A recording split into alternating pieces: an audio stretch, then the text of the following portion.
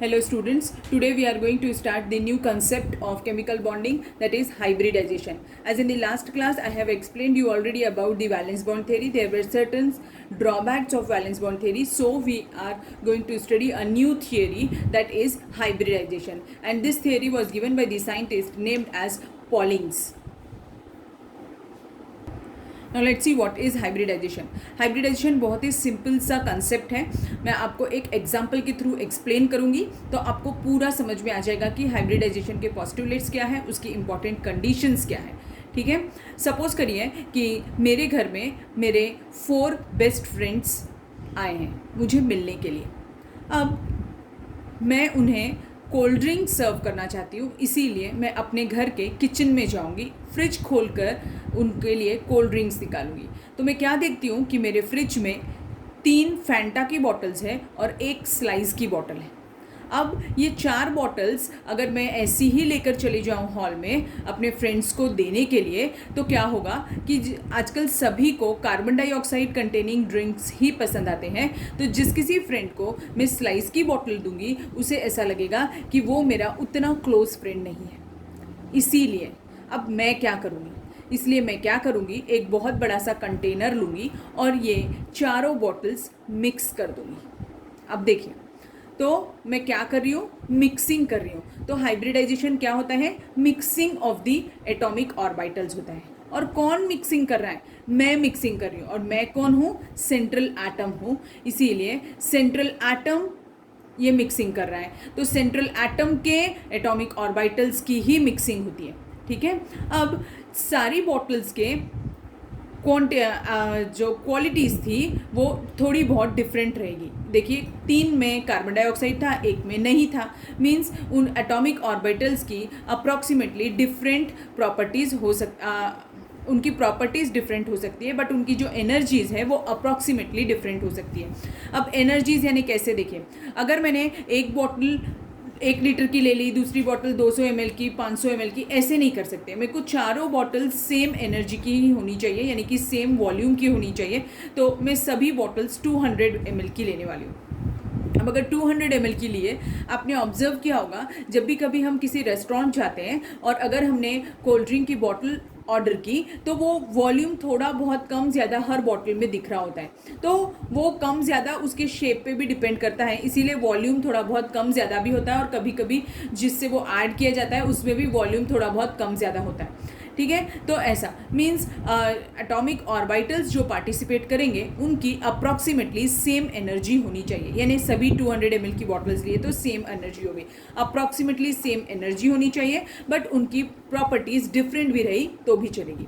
अब आउटपुट क्या मिलेगा मुझे, मैंने 4 बॉटल्स ऐड की थी उस वेसल में, तो मुझे आउटपुट भी कितना मिलेगा, 4 bottles. Means number of atomic orbitals जितने पार्टिसिपेट करते हैं हाइब्रिडाइजेशन में is equal to the output orbitals. तो ये जो ऑर्बिटल्स जो रिफॉर्म होंगे, जो फिर से नए क्वालिटीज़ के बनेंगे, उन्हें हम क्या बुलाते हैं, hybrid orbitals. Means the number of atomic orbitals which are participating in hybridization is always equal to the number of hybridized orbital formed. ये पॉइंट भी समझ में आ गया अब आपको. अब देखिए, अब क्या है नेक्स्ट थिंग कि जो हमारा रिजल्टेंट बॉटल है उन सब की प्रॉपर्टीज़ सेम ही रहेगी. अब हमें हाइब्रिडाइजेशन के कंसेप्ट से देखेंगे. एग्जाम्पल बस इतना ही था. होप सो आपको समझ में आया होगा. इससे हमें बहुत सारी इसकी डेफिनेशन पढ़ने ईजी जाएगा और हमें इसके सारे पॉस्टुलेट्स भी लिखने ईजी जाएंगे. ठीक है, अब ये थियरी में भी मैक्सिमम डिस्टेंस और मिनिमम रिपल्शन का कंसेप्ट यूज़ किया है. इसीलिए अब हम उन एटॉमिक हाइब्रिडाइज्ड ऑर्बिटल्स को ऐसे अरेंज करेंगे कि उनके बीच में मैक्सिमम डिस्टेंस और मिनिमम रिपल्शन हो, और उन्हें ऐसे स्पेस में अरेंज करेंगे कि उनकी एक पर्टिकुलर ज्योमेट्री बन जाएगी. और जो ज्योमेट्री हाइब्रिडाइजेशन में है वो सेम एज इट इज़ जैसी VACPR थियरी में ज्योमेट्रीज दी गई है वही यूज़ की गई है.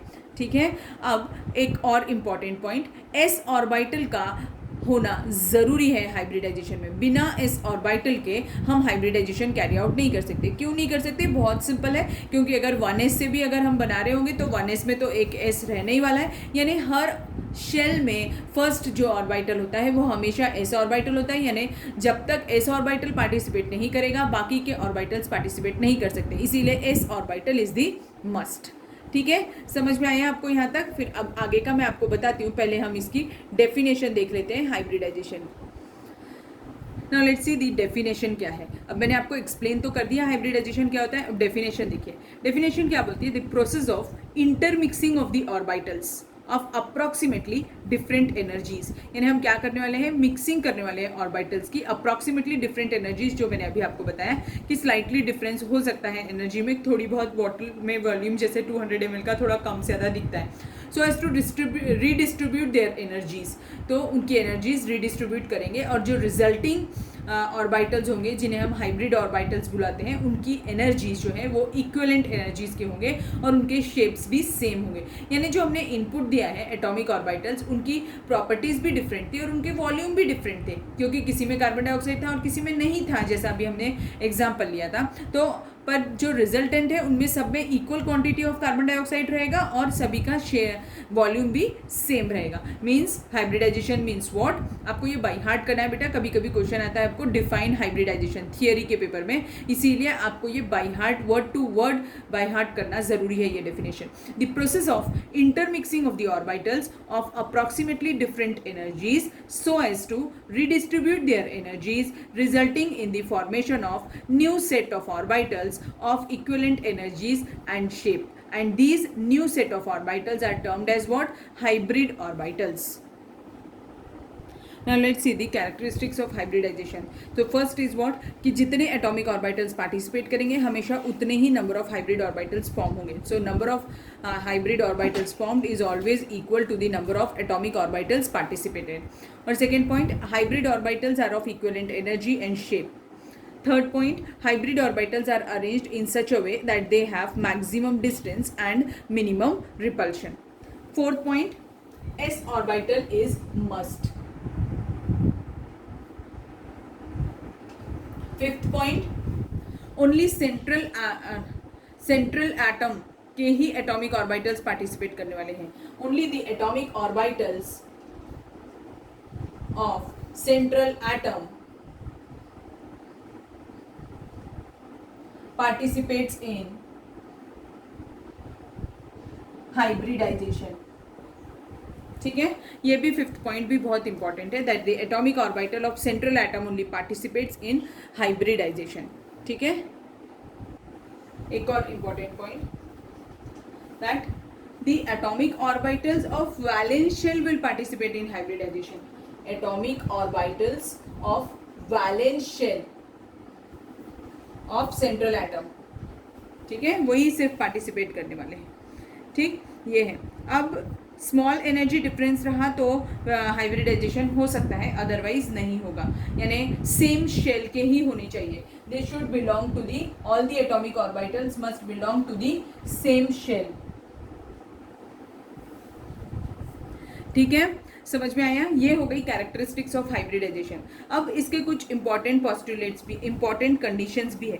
कंडीशन क्या है देखो, फर्स्ट कंडीशन क्या है, orbitals with a very large energy difference will not participate in hybridization. अगर बहुत ज़्यादा एनर्जी डिफरेंस है, जैसे सपोज कर लो कि एक सेकेंड शेल का ऑर्बिटल है और दूसरा थर्ड शेल का ऑर्बिटल है, तो वो दोनों कभी भी एक साथ मिक्स होकर के हाइब्रिडाइजेशन नहीं कर सकते हैं। ठीक है, तो ये हो गया एक फर्स्ट कंडीशन। सेकेंड कंडीशन, इसमें प्रमोशन ऑफ इलेक्ट्रॉन होता है, maximum number of unpaired electrons चाहिए। अब maximum number of unpaired electrons यानी क्या, maximum number of unpaired electrons means जैसे एग्जाम्पल कार्बन का ले लूँ, कार्बन के पास में क्या है इलेक्ट्रॉनिक उसका एटॉमिक नंबर 6, कन्फिग्रेशन क्या है 1s2 2s2 2p2, मीन्स उसके पास में लास्ट शेल में 4 इलेक्ट्रॉन्स है और उसमें से 2 पेयर्ड है और 2 अनपेयर्ड है, क्योंकि एक 2px में है और एक 2py में है।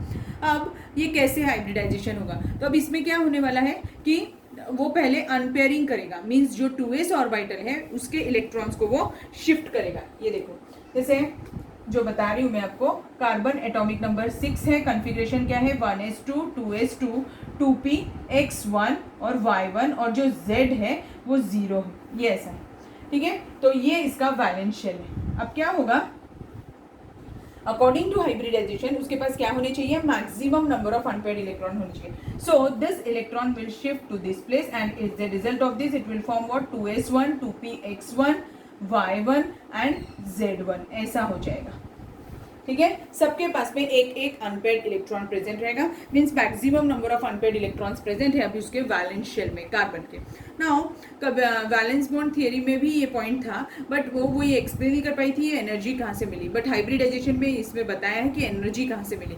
सो energy for the promotion of the electron comes from the bonding atoms when they move towards the central atom, whenever an atom moves towards any atom, it will release energy, its potential energy decreases and it is released in the form of energy, and that energy is absorbed by this carbon. As a result of this, that energy is used for the promotion of the electron. समझ में आया? तो ये भी एक important condition है। But एक और चीज़, it is not necessary that there must be the unpairing of electrons. अगर ज़रूरत होगी तो ही अनपेयरिंग करेंगे, अदरवाइज अनपेयरिंग करने की कोई ज़रूरत नहीं होती। So these are the three important conditions of hybridization. First, atomic orbitals with large energy difference cannot take part in hybridization. अभी बताया था मैंने आपको ये वाला। Second part, maximum number of unpaired electrons होनी चाहिए valence shell, और अगर नहीं है तो it can be attained by the promotion of the electrons, और इसे हम excitation of the electron भी बुलाते हैं। And the third important point, that is the promotion of the electron is not must. ये कोई ज़रूरी step नहीं है, अगर ज़रूरत होगी तो ही हम excitation करेंगे, otherwise एक्साइटेशन करने की जरूरत नहीं है। Now let's see the types of hybridization. Types of hybridization, hybridization is of various types. तो ये देख लो, पहले हम बाद में डिटेल में पढ़ने वाले बेटा, अभी मैं सिर्फ टाइप्स बता रही हूँ। तो एस ऑर्बिटल पार्टिसिपेट कर सकता है और पी भी कर सकता है। तो sp hybridization, sp2 hybridization, sp3 hybridization, sp3d hybridization भी हो सकता है क्योंकि d ऑर्बिटल भी प्रेजेंट हो सकता है आपके वैलेंस शेल में। sp3d2 हाइब्रिडाइजेशन, sp3d3 हाइब्रिडाइजेशन भी हो सकता है, dsp2 हाइब्रिडाइजेशन हो सकता है, d2sp3 हाइब्रिडाइजेशन हो सकता है, ये भी हो सकता है। ठीक है, तो ऐसे टाइप्स ऑफ हाइब्रिडाइजेशन हो सकते हैं। हम इनको एक एक करके डिटेल में पढ़ेंगे, हर टाइप का हाइब्रिडाइजेशन विद एग्जाम्पल। ठीक है, सो इस लेक्चर के लिए इतना ही काफ़ी है, बाकी का मैं आपको नेक्स्ट वीडियो में बताऊंगी। Thank you.